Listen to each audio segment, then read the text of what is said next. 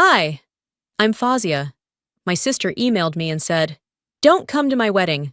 Just watch it on Livestream." No phone call, no explanation, just a link, like I was a distant cousin, not the one paying for the entire thing. But that wasn't the worst part. What hurt more was realizing I'd spent years being useful, not loved, valued for my money, but erased from the moment. How did we get here? Why did no one stop her? And what would you do if the people closest to you decided you were just convenient? Let me tell you what happened next. It was just after 6:01 p.m. when I clicked confirm on the final transfer. $50,000. Gone in under 5 seconds, like it wasn't nearly half the equity I had in this house. I sat back in my kitchen chair, the smell of burnt toast still lingering from a breakfast I'd half finished that morning. On the speakerphone in front of me, my mother was talking over me, again.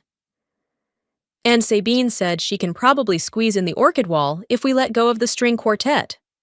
Thoughts? "I don't think Merlina wants to lose the quartet," I said. "That's not what she said earlier," Velda snapped. "Besides, Z, let the bride decide. You're not the one getting married." I bit my lip and blinked toward the fridge. That line. Again. Merlina's voice came through next, chipper but loaded. "Just relax, Z, you've done enough. Just stay in your lane, okay?" It was the third time this week she'd said that. Stay in your lane.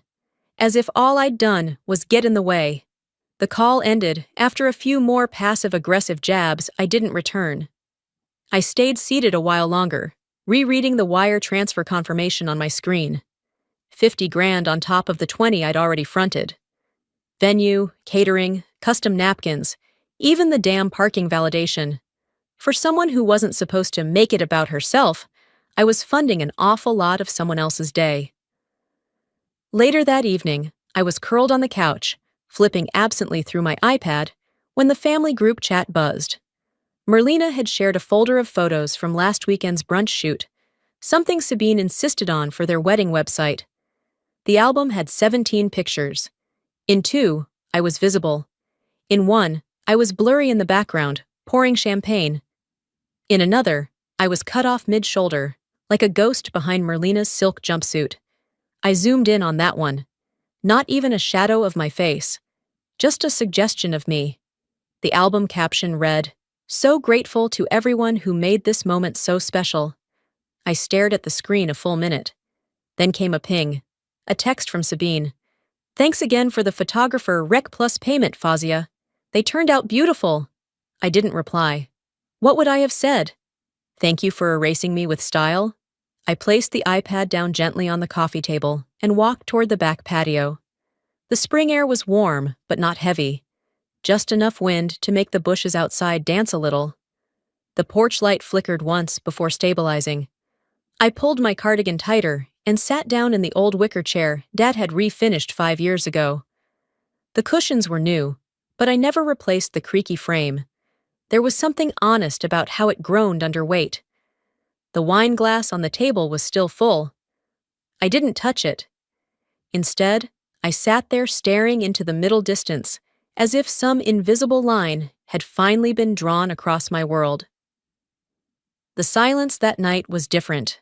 Not sad, not peaceful, just full. It hummed in my ears like static. Maybe because I was finally hearing myself think for the first time in months. I whispered, not to anyone, not even myself, really. "I paid for this family's celebration. Why do I feel like I should apologize for showing up?" The words just hung there. I didn't reach for my phone. I didn't scroll through the messages that would no doubt pile in by morning, each one a new request. Can you call the baker?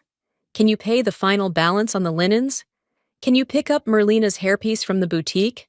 They never said please. They never said thank you. Only, "We thought you didn't mind." And maybe I hadn't. Maybe for a while, the convenience of being needed had been enough. Being useful meant I couldn't be ignored. But tonight, I realized something worse than being invisible was being visible only when they wanted something. A breeze moved past, rattling the wind chimes Merlina had once called tacky. I liked them. The sound reminded me that some things made noise even when you weren't looking. Inside, the lights in the kitchen were still on. My laptop screen had gone black. But I was wide awake now. I stayed out on the patio longer than usual. The light inside the house had gone dim, and the breeze carried just enough chill to remind me the night wasn't waiting on anyone. I finally stood, stretched the stiffness out of my legs, and headed inside, shutting the sliding door behind me with a soft click. By the time I got upstairs and settled into the corner of my home office, it was close to 9:30. I turned on the desk lamp, booted up my laptop, and opened my budgeting spreadsheet. The wedding expenses were still there, line after line, number after number, all tied to my bank account. Sabine's fees, the custom napkin orders, the deposit for the 4-tier cake Merlina swore she couldn't live without. I leaned back in my chair, rubbing the bridge of my nose when my phone rang. Mom lit up the screen. I hesitated. Let it ring once, twice. Then I picked up. Hey, I said flatly. Velda didn't waste time. I was just checking in. How are you holding up? I heard Merlina's been a little tense. Tense. That's how she framed it. I'm fine, I said. A little tired. There was a pause, followed by a low sigh. Fazia, listen. Your sister's under a lot of pressure. It's her big day, and there are so many moving parts. You know how these things go? I didn't answer right away. She continued, I know you've always been the steady one, the logical one, and I respect that. But maybe now's the time to let Merlina shine. You've had your career, your independence. Merlina only has this. There it was, the familiar script. You're saying I should step aside so she doesn't feel overshadowed, I said, keeping my voice even. I'm saying, just don't make this about you. Please don't ruin this for her. Before I could say another word, she hung up. I stared at the phone, stunned. Not because I hadn't heard it all before, but because this time it didn't sting the same way. Not as much. I went back to the spreadsheet, opened the vendor folder, clicked through receipts.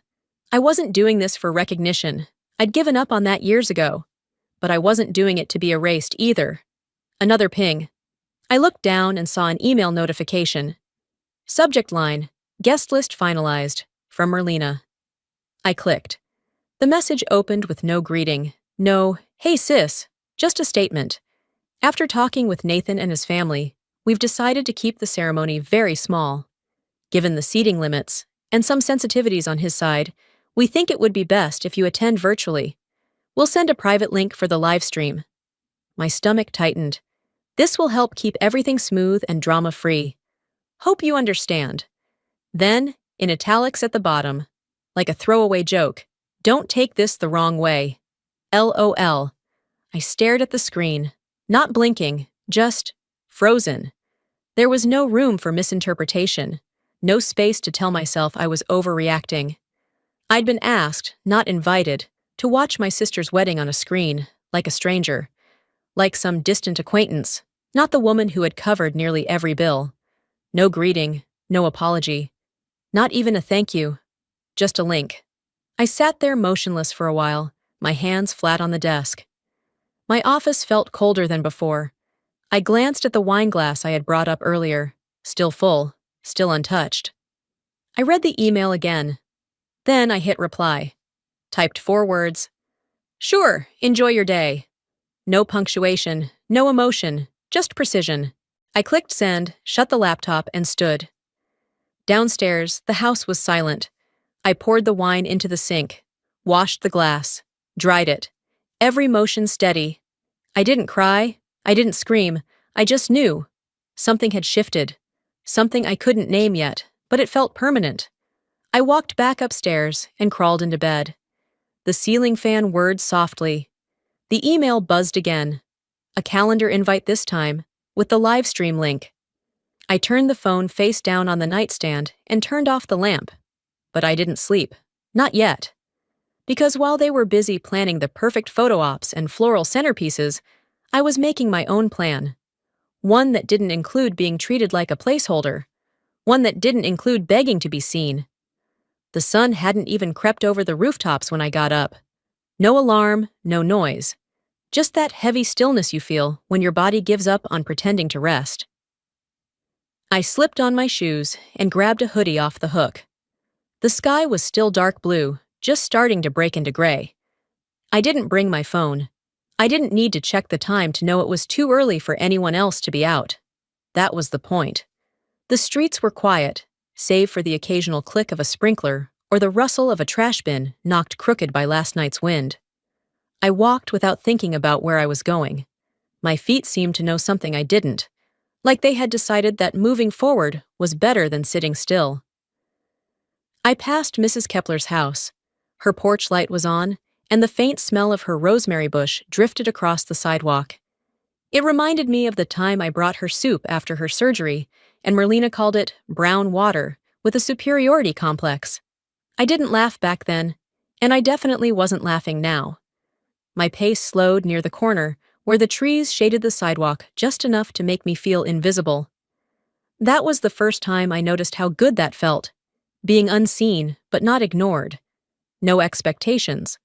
No reminders that I was the responsible one, or the sister with the real job. At the end of the street, I turned into the small neighborhood park. The benches were still damp from morning dew, and the swings hung motionless, like they, too, had nothing left to say. I sat down on the farthest bench, the one under the busted light post.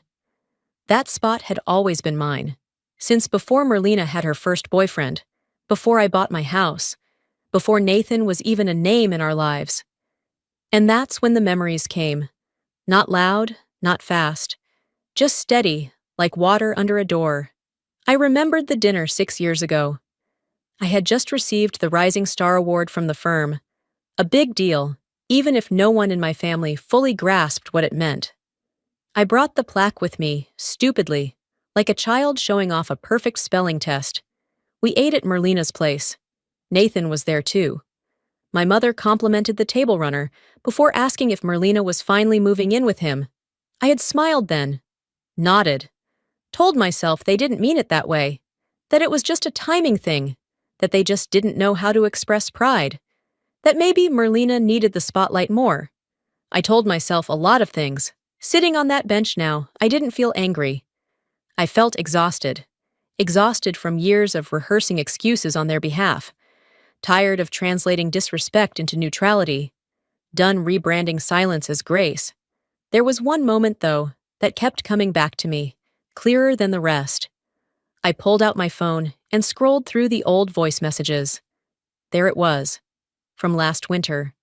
The day after I told Mom I was thinking of starting my own practice. She had called me back late that night. I had saved the message. I pressed play. Her voice was softer than usual, maybe tired, maybe just trying to sound kind. Z, I know you're going through a lot, but you've always been the steady one. I'm proud of you, I am. It's just, I only really have hope left in your sister. She's our last shot at a normal family, you know? Click. I sat there holding the phone like it had gained weight in my hand. I didn't cry. I'd cried the first time I heard it, then again the next 10 times. I used to replay it when I needed motivation, when I felt weak and wanted to remember why I had to push harder, why I had to be okay with not being enough, but not this time. I hovered over the screen for a beat, then tapped delete. The screen blinked and it was gone. Not archived, not moved to a folder. Gone. And I felt it. The first break in the chain. I leaned back against the bench, the wood cool through my sweater. A dog barked in the distance. Somewhere, a door slammed. The day was starting, but I wasn't racing to meet it. For once, I wasn't racing to prove anything. I had been the peacekeeper, the fixer, the one who smoothed out family drama like wrinkles on a cheap tablecloth. But peace shouldn't come at the cost of your own dignity, and fixing something meant it was worth saving. I wasn't so sure this was. I stood and stretched, my legs stiff from the cold. The walk home was slower. I noticed more. The mailboxes needing paint, the weeds growing between the sidewalks, the sound of birds arguing in a tree overhead. Back inside, I made tea. No phone, no laptop. Just hot water, a mug, and silence that didn't feel like punishment. For the first time in my adult life, I had deleted more than a voicemail. I had deleted the idea that I owed them an explanation for growing tired of being the one they only called when it cost them nothing. The next several days moved with the kind of weight you don't notice until it settles in your chest. I kept myself busy. Work, grocery runs, pointless errands just to get out of the house, anything to avoid thinking too long or sitting too still. But the rehearsal dinner was coming, and I had promised to be there. I arrived 20 minutes early, dressed simply but polished. A dove gray dress, pearl studs, low heels. Nothing flashy. I didn't want to draw attention, though part of me wondered what difference that would make. The valet took my car without a word. As I walked into the hotel lobby, I passed the sign propped on an easel. Merlina and Nathan's rehearsal dinner, grand ballroom.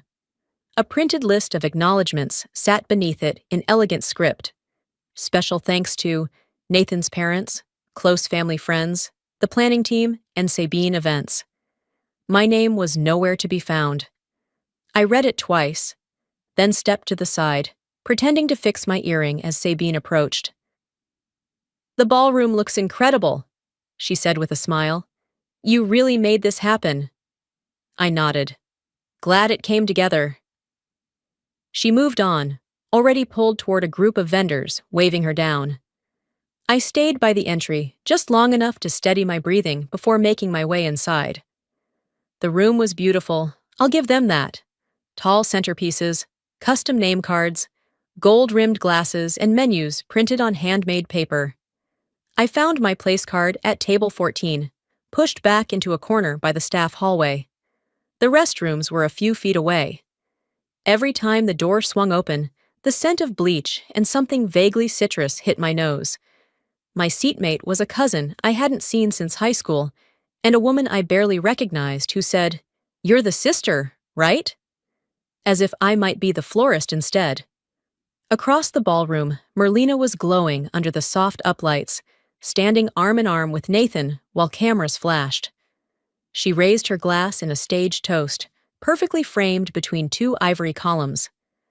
I wasn't in the shot. I was seated out of range, facing a utility door and a stack of high chairs against the wall. They had physically placed me where I belonged in their minds, out of sight, out of the way. I didn't finish my plate. I ate a few bites of salad, sipped water, and folded my napkin. I stood slowly, not wanting to draw eyes. I tapped the cousin's shoulder and whispered, "Long day, I'm heading out early." She nodded politely, already checking her phone. No one stopped me. No one noticed. The valet brought my car around within 3 minutes. The ride home was silent. I didn't even turn on the radio. I parked outside the house and sat in the car for a long time, engine off, fingers still curled around the steering wheel. I picked up my phone and opened a new message to Merlina. "Hey, I noticed I wasn't credited anywhere, and my seat was by the restroom." I stared at it, then hit delete.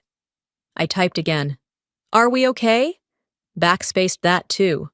The screen went blank. My reflection in the glass looked tired. Tired of writing polite little sentences to people who never noticed they were cutting me to pieces. I locked the phone, set it aside, and sat back. A thought floated up, clear and steady.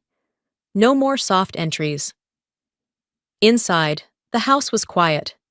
I slipped off my shoes by the door, turned on a single lamp in the living room, and dropped my clutch on the couch. My heels had left faint indentations in the rug. That detail stuck with me for some reason. I poured a glass of water and drank it slowly, leaning against the counter. Not angry, not bitter, resolved. They had sent a message, not with words, but with absence, and I received it. Not just in my inbox, not just in the seat near the restroom.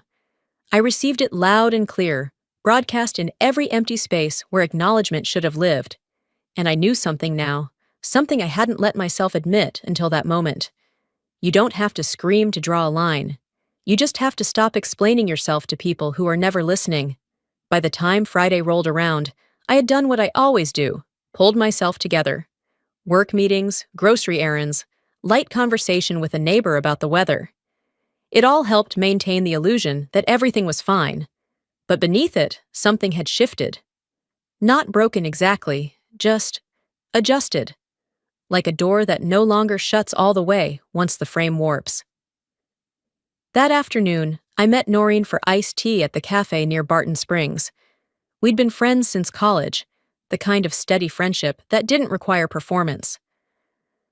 She texted that morning, asking if I had time to breathe outside work and family noise. I didn't need to ask what she meant. The patio was half-shaded, and the air carried a sticky kind of warmth that clung to your skin. I stirred the ice in my glass, while Noreen kept scanning the dessert menu without really reading it. She was building up to something. I could tell by the way she tapped her nails against her glass. "Foz," she started, still not looking up. I wasn't going to say anything, really, but I can't pretend anymore. I looked at her. "Okay." I helped Merlina finalize the table layout last week. She was stressed, I get it. But at one point, she laughed and said, "As long as my sister keeps paying, we're golden." Her exact words. The silence between us thickened. I didn't react right away. Noreen continued, voice lower now, like we were discussing a body buried in her backyard. Then she added, "You know she's not gonna pull out. She never does." And she laughed again, like it was a joke she'd told 100 times. I sat back in my chair, letting the plastic of the seat dig into my spine. My hands stayed folded, tight, like I was afraid they might fly across the table if I let them go. "She's not wrong," I said finally, my voice level. "Not yet, anyway." Noreen shook her head. "You're not a wallet. She's treating you like one." I didn't answer. I just picked up my tea and took a sip. The glass was sweating, and the condensation had pooled beneath it like a slow leak. We parted ways an hour later, after a promise to talk soon that neither of us would need to follow up on immediately. On the drive home, I kept the windows down. The air was thick, but I needed the noise. Silence in the car would have sounded too much like agreement. By the time I pulled into my driveway, the sun had dipped low enough to cast long shadows across the yard. I dropped my purse on the dining table and opened my phone out of habit. Instagram was still up from the morning, and Merlina's profile hovered on my screen like an open wound. Her newest story popped up immediately. "Special thanks to my future mother-in-law for the most heartfelt gift." The video showed her holding the exact necklace I had commissioned, a redesign of Nana's vintage pendant, the one Merlina used to say was too dated for her taste. I had found the jeweler. I had funded it. I had even written the note, "For your something old and something that should always be yours." There was no mention of me, no tag, no trace. She smiled in the video, eyes damp with emotion. "She knew exactly what I wanted," she said to the camera. "What a woman!" I sat down on the edge of the couch, the phone still glowing in my hand. The betrayal didn't come like a punch. It arrived like a headache you didn't realize was building until you couldn't see straight. I didn't text her. I didn't call. I walked to my office instead, pulled out my laptop, and opened the wedding folder I had created 6 months earlier. Contracts, payments, timelines, all organized. I clicked on the florist's agreement. My name on the signature line. The decorator, also mine. I scrolled through PDFs, digital invoices, receipts paid in full. Each document carried a version of my name. F. Saleh. Fazia S. Every floral arch, every chair covering, every personalized centerpiece. I started a new folder, labeled it plainly, "If they push me further." I copied everything into it. No anger, no tears. Just the precision of someone who finally understood that being quiet had never protected her. It had only made her easier to erase. I closed the laptop and let the room fall dark around me. I was done reacting, done letting other people define how much was too much. They thought I wouldn't notice. They forgot I was the one who kept the receipts. I shut the laptop and sat in the dark for a long while, the glow from the hallway faintly outlining the doorway. There was nothing left to process, only decisions to carry out. My hands weren't shaking. That's how I knew I was past the point of reaction. What was coming next wasn't a moment of fury. It was intention. The following evening, I was expected at a cocktail reception hosted by Nathan's family. Another intimate gathering in a boutique venue downtown, filled with people I didn't know, smiling politely while keeping score. I had already chosen my dress weeks ago, a soft lavender number that felt understated and clean. I remember trying it on and thinking it struck the balance between elegant and invisible. Not too flashy, but still enough to say, I exist. I parked near the venue, gave my name at the door, and stepped inside. The air was cool, perfumed with roses and money. I was greeted by a hostess who handed me a name tag. No title, just Fazia. Within minutes, I noticed it. 3 members of the catering staff wore uniforms nearly identical to my dress. Same hue, same hemline, nearly the same neckline. A woman near the bar glanced at me, then nudged her friend and whispered something. Her friend laughed and said, "Didn't realize the servers were off the clock tonight." I didn't react. Not outwardly, but I caught Sabine's eye from across the room. She held the clipboard she was never without, scanning the space, assessing everything. When her eyes met mine, there was a pause. Not apology, recognition. I stayed for 20 minutes, maybe less. I smiled when expected, nodded through hollow greetings, took a single sip of sparkling water, and excused myself. As I walked past the valet, one of them asked, "You done for the night, miss?" I smiled. "More than you know." Back home, I slipped off my shoes and changed into an old sweatshirt and leggings. I didn't turn on the lights. The city outside glowed faintly through the blinds. I opened my laptop again and went straight to the finance dashboard. The final payment, $41,000, was sitting in the queue, scheduled for release at 7 a.m. the next morning. I stared at it. 11 minutes passed, but I didn't move. Then, without a sound, I clicked cancel. The prompt came up on screen. "Are you sure you want to cancel this transfer? This action cannot be undone." I didn't hesitate. Yes. I closed the browser and stood in the stillness of my apartment. There was no rush of satisfaction, just the solid weight of control, settling back where it belonged. Early the next morning, I made my way to the bank. I wore neutral colors, no makeup, hair pulled back. I didn't want to be seen. I wanted to be heard. Carlos, the branch manager, greeted me with his usual gentle professionalism. "Good to see you again, Miss Saleh." I followed him into his office, sliding the folder I'd prepared across the desk. Inside were printed copies of the same contracts I had reviewed the night before. "I'd like to formally cancel the final vendor payments related to this event," I said, keeping my tone neutral. Carlos glanced at the documents. "We can do that, of course. Just know there are some penalties with this timing." "I understand." He hesitated, then leaned forward slightly. "Do you want us to notify the recipients?" I shook my head. "No, they'll figure it out." He nodded and began the paperwork.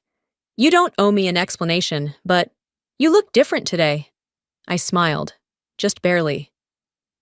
"I feel different." As I signed the last page, he slid it into a folder and said, "All set. If anything escalates on their end, let us know." They won't escalate. They don't argue with consequences. They just ignore them until it's too late. I left the bank and stepped into the morning light. The air felt clean, crisp for Texas in May. I didn't go home right away. I walked to a bench outside a bakery I used to visit with my dad and watched people pass by. Mothers pushing strollers, a delivery man unloading crates, someone laughing too loudly on speakerphone. The world was moving. I had simply chosen to move with it, on my own terms. No one saw it coming, but that's the thing about quiet people. We make the cleanest cuts.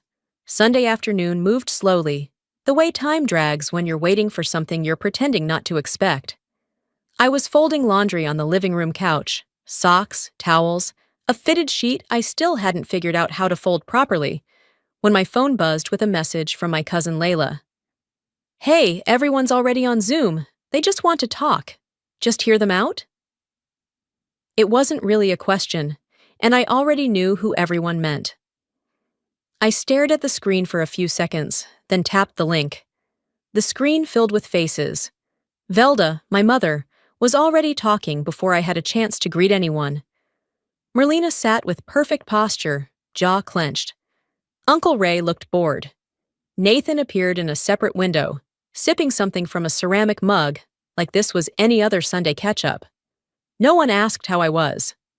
Velda started with her usual thin-lipped diplomacy. Fazia, sweetheart, we're just concerned. You've always been the one we could count on, and this last-minute thing, well, it doesn't feel like you. Uncle Ray chimed in. We just don't understand how you could pull out this late. It's not about you, it's about the family. I mean, if you ever cared about your sister, Nathan began, but Velda held up her hand as if that were grace. Then Merlina spoke. Calm, measured, almost rehearsed. You've always been jealous. Let's just call it what it is. Every time something goes right for me, you make it about you. And this? This proves it. The room spun without moving. My hands stayed in my lap. I unmuted my mic. My voice didn't shake. Let's make something clear. I didn't cancel your wedding.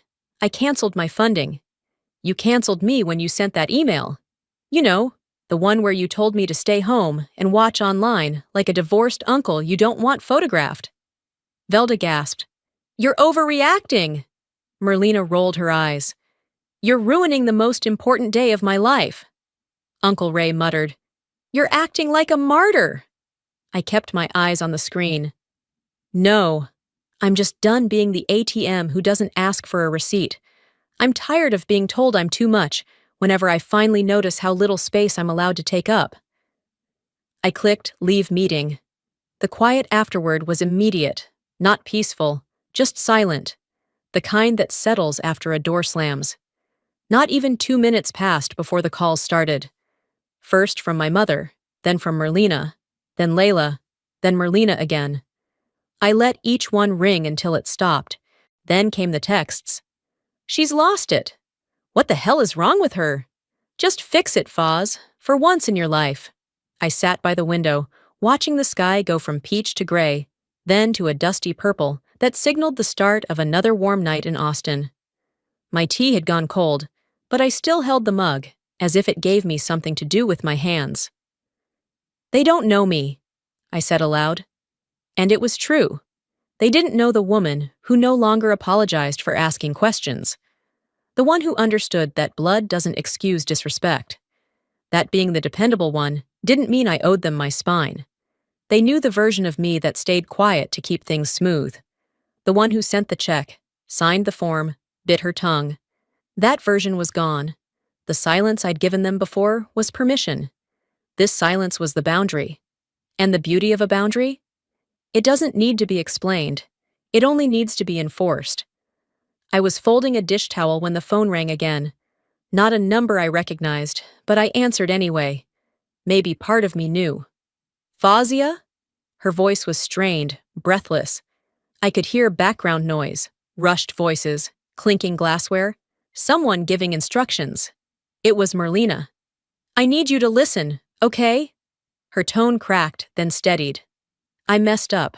I know I did. I was stressed. Mom was losing it. Nathan's parents were pushing me.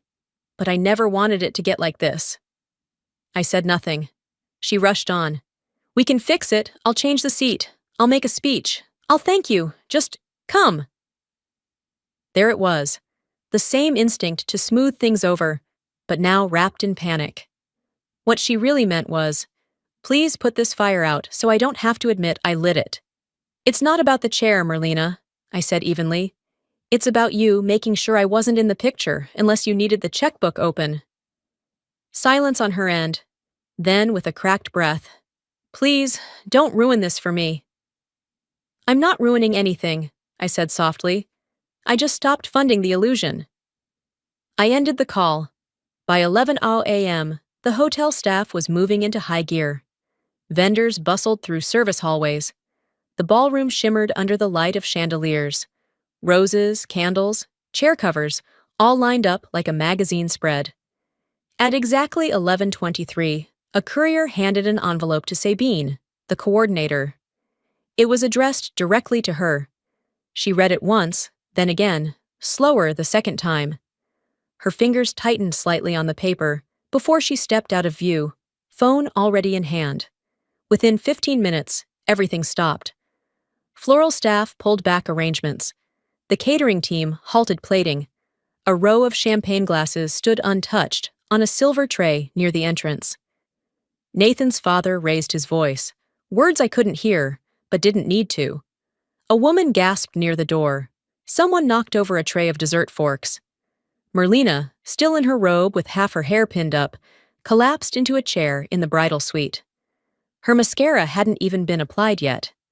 The letter had been simple: legal withdrawal of funding, notification of contract cancellation due to breach of terms, an instruction to halt services tied to my name and payment. That's all it took. Back at my house, rain began to tap gently against the windows. Not heavy, just enough to cast a sheen across the street. I was wrapped in a blanket on the couch, a book unopened on my lap, and a mug of tea cooling beside me. I didn't check Instagram. I didn't scroll for updates. I didn't need to see the ripple effect. I had already lived the cause. The phone buzzed. Velda. I let it ring. Then another. Merlina. No name this time, just a heart emoji. I deleted it. None of this had been about revenge. Not really. This wasn't about payback. It was about ending the lie I had participated in for too long. The lie that pretending everything was fine would make it true. It hadn't. I pulled the blanket tighter around my shoulders and leaned into the quiet. There was grief, yes, but it wasn't for the wedding. It wasn't even for my sister. It was for the version of myself that had tried so hard, for so long, to earn a place she had already paid for. I had been their safety net, their second plan, their behind-the-scenes fixer. But what happens when the one holding it all together finally lets go? They wanted a perfect backdrop. They wanted a clean narrative. They wanted a stage. I left them the echo. The sky was overcast the morning I left Austin. A dull gray blanket pressed low across the horizon, but it didn't feel ominous. It felt right, unpolished, honest. I loaded my single suitcase into the trunk of my car, locked the front door behind me, and drove to the airport without saying goodbye to anyone. There were no texts to answer, no last-minute pleas. By the time my plane landed in Denver, the sun had pushed through. I took it as a quiet affirmation, not of triumph, but of movement. Something new. I checked into a small boutique hotel near Capitol Hill, one I'd chosen for its anonymity and modest charm. The woman at the front desk handed me a key card and said, "You're all set. Breakfast runs till 10, and there's a garden terrace if you need some air." I nodded, grateful for the lack of chatter. In the room, I unpacked slowly. A few clothes, my laptop, a book I'd been meaning to finish for months. I folded each item as if it mattered where it landed. There was something meditative about doing something just for myself. Later that evening, I sat on the balcony with a glass of white wine and a grilled salmon plate I'd ordered through room service. Across the courtyard, a couple laughed as they tried to light a cigarette against the wind. They couldn't have been older than 25. Everything about them felt light, unburdened. I didn't envy them. I didn't long to go back. I just observed them the way someone watches birds at a feeder, beautiful, fleeting, no obligation to join in. My phone buzzed once on the side table, a message from a former coworker, forwarding me a post from Merlina's now private Instagram. Sometimes the people closest to you are the ones who hurt you most, but family is everything, and love wins. No mention of the canceled wedding, no details, just enough to frame herself as the one who had been abandoned. I didn't reply. I didn't even open the comment thread. Instead, I powered off my phone and let the quiet come in. The truth is, I didn't need revenge. I didn't even need apology. I needed space. Space from the noise, from the expectations, from the smallness of the role I'd been assigned and dutifully performed for too long. Back in Austin, people were talking. I knew that. Cousins who never called were suddenly curious. Velda hadn't said a word since the collapse at the venue. I imagined her sitting in the kitchen, coffee in hand, rewriting the story in her head. One where I was difficult, one where she did everything she could. They all had their versions, but I had mine, and I had finally chosen to believe it. I wasn't cruel, I wasn't unstable, I wasn't jealous. I was someone who drew a line and didn't step back when they tried to smear it with guilt. And the thing about drawing a line, it doesn't erase what came before, but it redefines what comes next. I stayed in Denver 2 weeks. I read, walked unfamiliar streets, worked remotely. On the third morning, I smiled at the front desk clerk without noticing I'd done it. By the fifth, I didn't flinch when someone asked, "Traveling alone?" On my last evening, I returned to the same balcony where it had begun.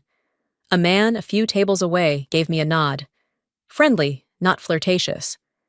I returned it, then turned back to my book. I wasn't lonely, I was just alone. There's a difference.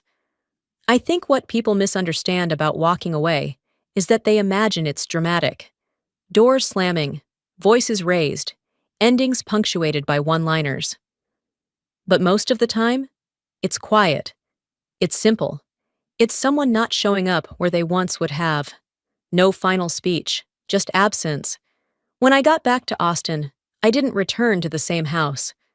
I returned to myself. They'll say I ruined the wedding. I'll say I saved myself. Sometimes, setting a boundary doesn't make you the villain. It makes you free. If there's one thing this entire experience has taught me, it's this. Silence might keep the peace, but it can also cost you your place. And the longer you allow yourself to be reduced, dismissed, or used, the more you forget you were ever whole to begin with. I didn't walk away from my family. I walked toward myself. To those of you watching, maybe you're the one holding everything together. Maybe you've spent years being the responsible one, the forgiving one, the one who just wants everyone to get along. But here's what I want you to know. Being dependable doesn't mean you owe people your dignity. And if you're wondering whether it's okay to choose peace over participation, to choose yourself over the roles others force on you, my answer is yes. Not easy, not clean, but yes. Let me ask you this. Have you ever been made to feel invisible by the people closest to you? Have you ever had to walk away, not because you wanted to, but because staying meant losing yourself?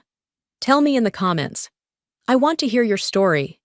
And if this video made you feel seen, even just a little, let me know by commenting 1 below, or tell me where you're watching from. And if you didn't like it, that's okay too. Let me know what didn't sit right, and let's talk about it. We're not here to be perfect, we're here to be honest. If you'd like to hear more stories like this, real, raw, and rooted in what it means to be human, make sure to subscribe to this channel. Your support helps keep these stories alive and reaching others who might need them too. Thank you for spending your time with me. Until next time, be kind to yourself. You matter more than you know.